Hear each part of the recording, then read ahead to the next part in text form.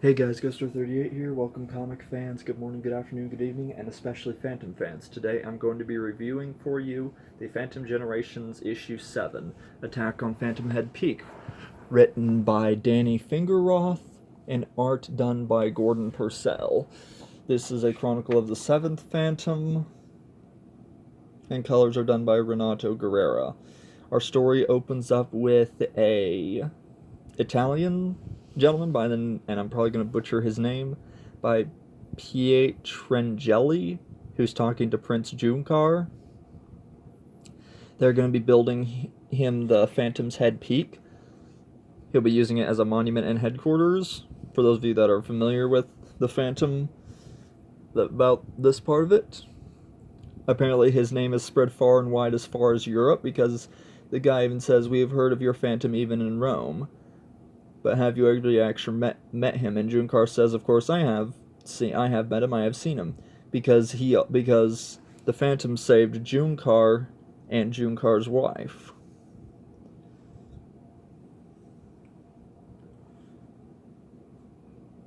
And then of course he shows him the design, and they have some back and forth about doing it. It'll be an honor and challenge to build. But in the shadows outside the palace window, a figure had been watching and listening, and now he leapt silently to the ground and ran off into the woods. Of course, we know that that's the Phantom. The Phantom shook his head. It was flattering to have a mountain sculpted in his likeness, but it was embarrassing. He didn't like to be made a fuss over. Sure, he saved his life and even his wife's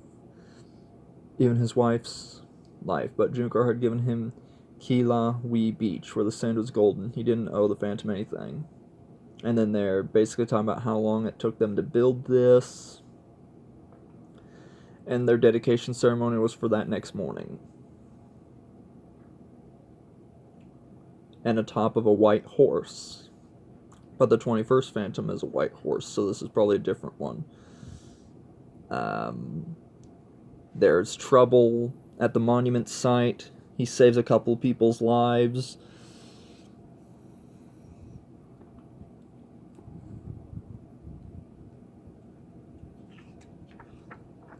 And it was sabotage by 3 pirates. Their leader here is Simon Gray. He calls him Goldhair, Hawkeye, and Bilge Rat.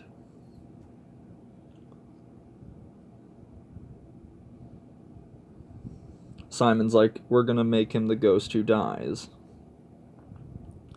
So they all devise a plan. They're gonna capture someone close to the Phantom, so that way they can try to kill him. And also they're curious about what lays inside the Phantom's Head Peak. The gold glistened in the moonlight. It basically describes that Junkar had hidden a massive trove of treasure in Phantom's Head Peak without the Phantom's knowledge. He was truly impressed. It wasn't the only such treasury the prince had. Very clever, he thought, to make such a pretense of building a monument to a friend when it was really just a place to hide his wealth, a place near the sea. So if he ever had to make a getaway with his riches, he could easily do so. It was tempting even for a man of principle. Do not even think about it.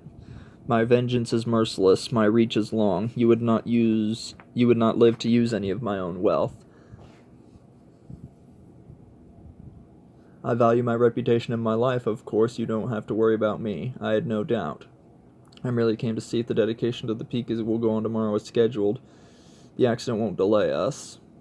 And basically he gets knocked out by Gray. He's basically giving him a hard time. And I guess Gray and one of his Bilge Rat found out about the treasure, so he's like, "Take me to it or I'm going to kill you." So they do. He disarms all the traps on their way to the treasure room.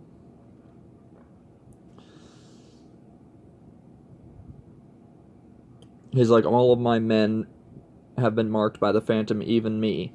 He had a mark on his neck. I relish destroying this monument and the Phantom." He's like, "You would destroy my finest work." He's like, "Shut up, you fool."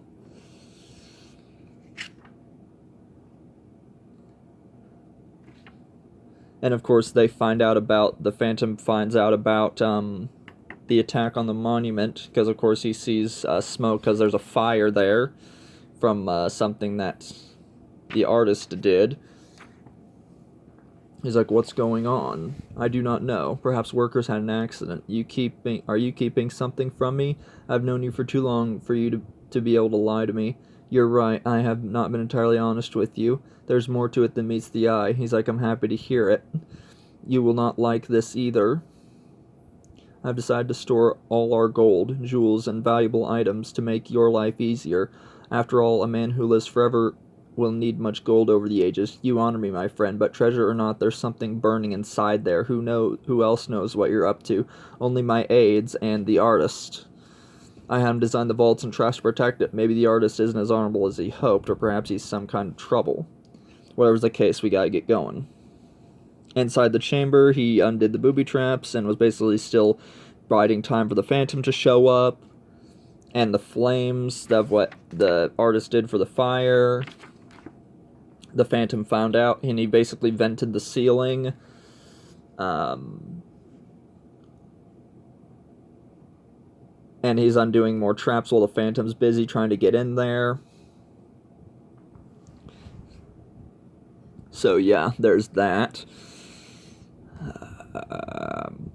Talks about when we're done doing more traps.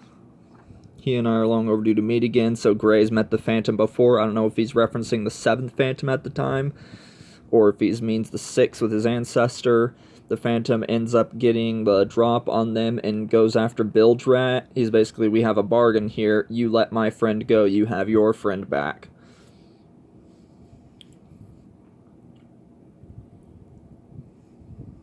You'll need a way to get this treasure out, won't you, good sir? Of course. What good's a treasure if you can't use it? I'm not running a museum. I can help you.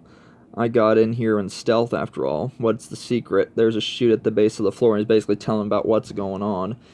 He's like, and you think that something to save you the mercy of Simon Gray is non-existent. And of course, he said the Phantom. Unconscious. See, he knocks the gold hair out, and then he eventually goes after Bilge-Rat. Let the artisan go, or your crewmate dies. Would that make any difference to me? But your life for the artist, that's a trade I would consider.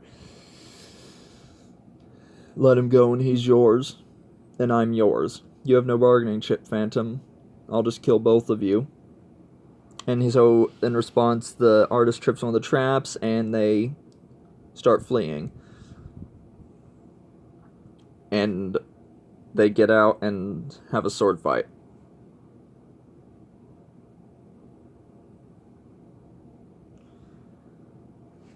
Clang, he stopped by a swing at Bilge-Rat. Whack, and he hit his sword into Bilge-Rat's side. He doubled over, howling in pain. That's what he's describing here as the latter half of the story. The ghost and hurled his shoulder to Hawkeye's midsection, knocking him out. And yeah, he was a sickening crack, and the seaman fell forward and lay still. A loud retort and boom.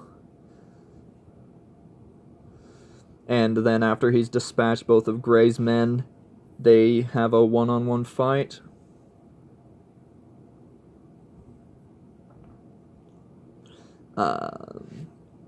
One of Gray's guns hit the Phantom in the shoulder and shot him. And he was staggered back and was about to fall off. And he was basically holding on for dear life, but Gray was pressing his boot to the Phantom's hand.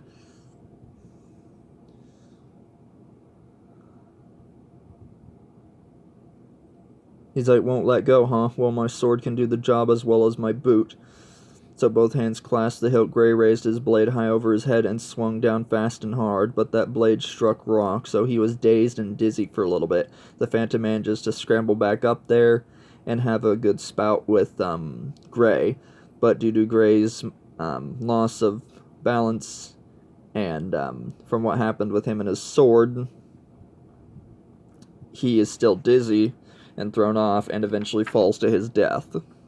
Spoiler for you, but that's the way it was. He's like, help me, and he fell too far. The Phantom couldn't get to him. Instead, the Phantom looked over the edge. Simon Gray would trouble them no more. And then, of course, the next day came after the dedication to the monument, and that was also the treasure room. While the subterfuge, you could just tell me about the treasure. I knew you wouldn't allow me to do such a thing, and I know you will use the treasure to protect my people when I am long gone. This is the advantage of having an immortal friend. Besides, the true treasure is here, and he pointed to his heart. The bond of friendship that unites us can never be stolen. And the artisan came over and stood between the two friends. He pointed up at his handiwork. Can you see why Junkar wanted a monument made of you, Ghost? Your courage and skill will be an inspiration to all who behold it. Don't you agree, Phantom? But by the time he says it to him like Batman, he's already long gone and left. He's like, there were injustices that needed to be righted, and he had spent enough time admiring his own image. And after that, that's basically the end of the story. Or tonight, you just have some ads at the end of the book, and that's about it. There's never really a time frame that was given for the book, so it was really hard to say when this takes place. So other than that, I enjoyed the story. It was nice to having a little bit more of a Phantom-focused story, unlike the previous issue where he was a background character. He actually played a more of a integral part in the story. The next issues moving forward are more Phantom-centered. But yeah, anyway, I hope you guys like this little review. And if you just stay up to date on more Phantom content that I'll be bringing out, be sure to click that like button.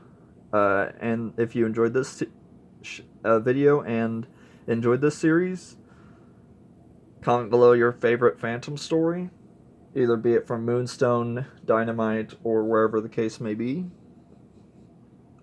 And subscribe, and be sure to click that bell notification to stay up to date on when I bring out more videos, and be sure to turn that bell settings to all. And until then, I will see you guys next time with another video. Take care, have a good rest of your morning, afternoon, or evening, and peace.